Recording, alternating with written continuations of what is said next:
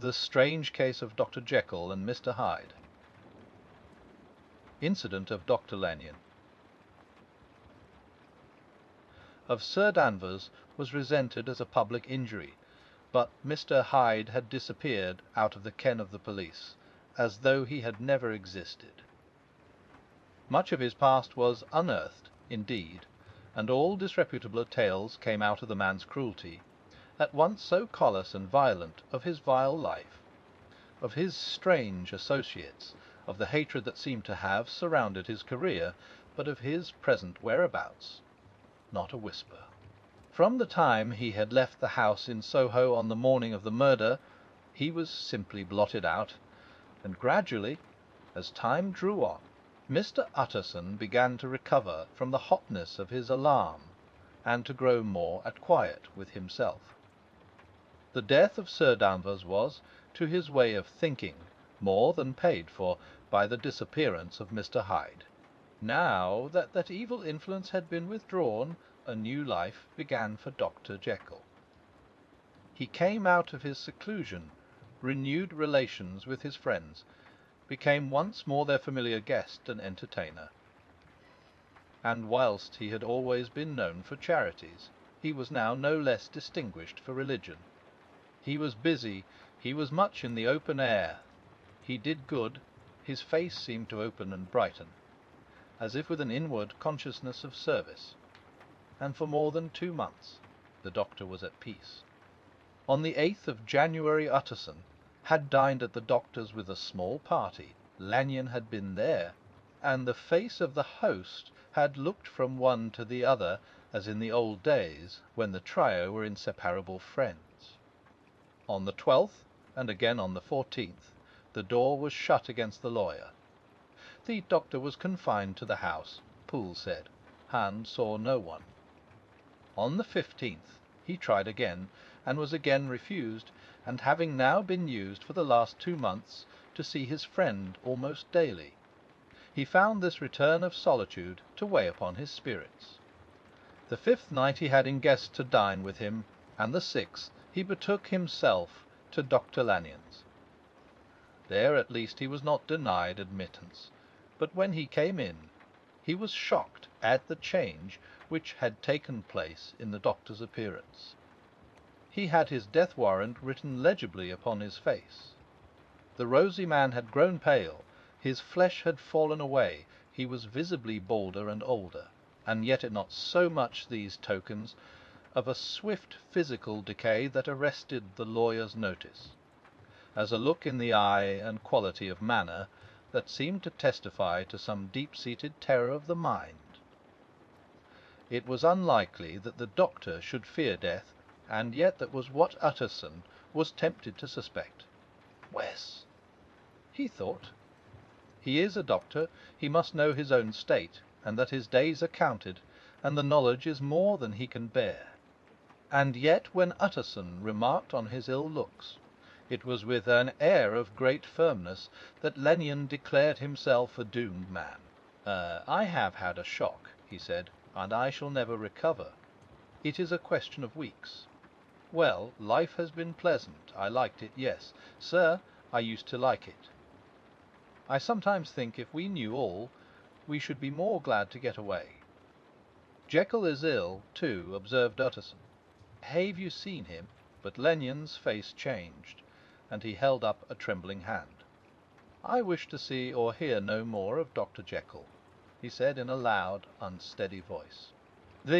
I am quite done with that person, and I beg that you will spare me any allusion to one whom I regard as dead.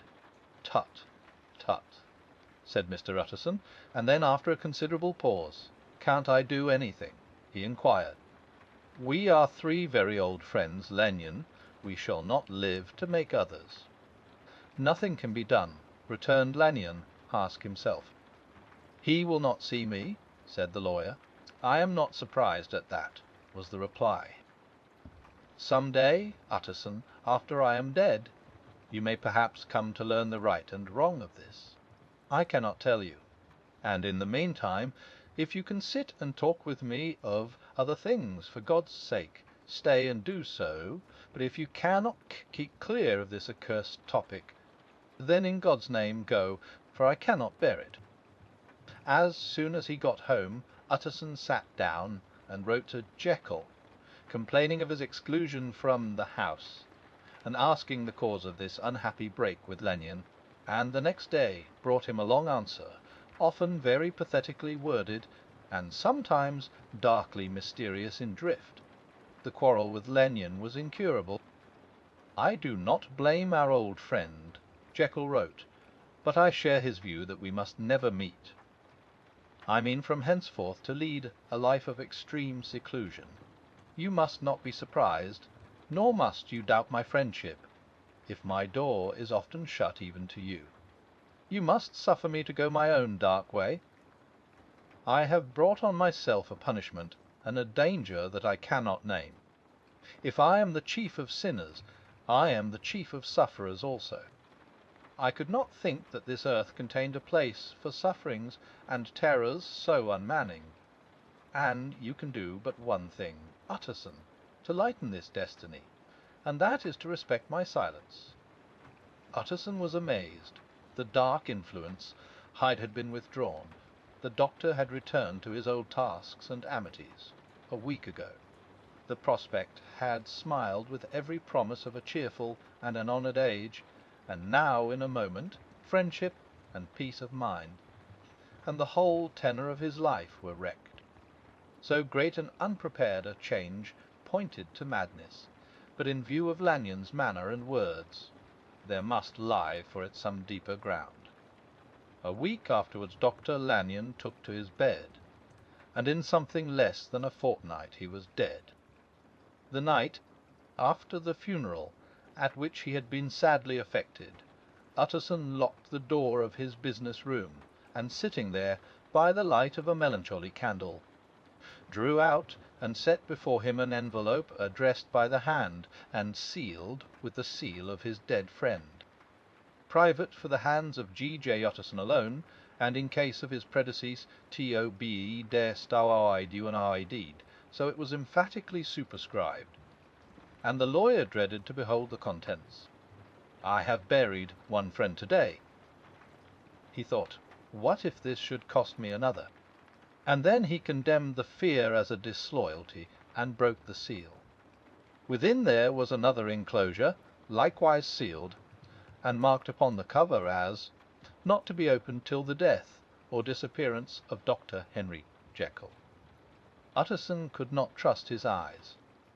Yes, it was disappearance, here again, as in the mad will which he had long ago restored to its author. Here again were the idea of a disappearance, and the name of Henry Jekyll bracketed. But in the will, that idea had sprung from the sinister suggestion of the man Hyde. It was set there with a purpose all too plain and horrible. Written by the hand of Lanyon, what should it mean? A great curiosity came on the trustee to disregard the prohibition and dive at once to the bottom of these mysteries, but professional honour and faith to his dead friend were stringent obligations, and the packet slept in the inmost corner of his private safe. It is one thing to mortify curiosity, another to conquer it, and it may be doubted if, from that day forth, Utterson desired the society of his surviving friend with the same eagerness. He thought of him kindly, but his thoughts were disquieted and fearful. He went to call indeed, but he was perhaps relieved to be denied admittance, perhaps, in his heart. He preferred to speak with Poole upon the doorstep, and surrounded by the air and sounds of the open city, rather than to be admitted into that house of voluntary bondage, and to sit and speak with its inscrutable recluse. Poole had, indeed, no very pleasant news to communicate. The doctor, it appeared, now more than ever confined himself to the cabinet over the laboratory, where he would sometimes even sleep. He was out of spirits. He had grown very silent. He did not read. It seemed as if he had something on his mind. Utterson became so used to the unvarying character of these reports that he fell off little by little in the frequency of his visits.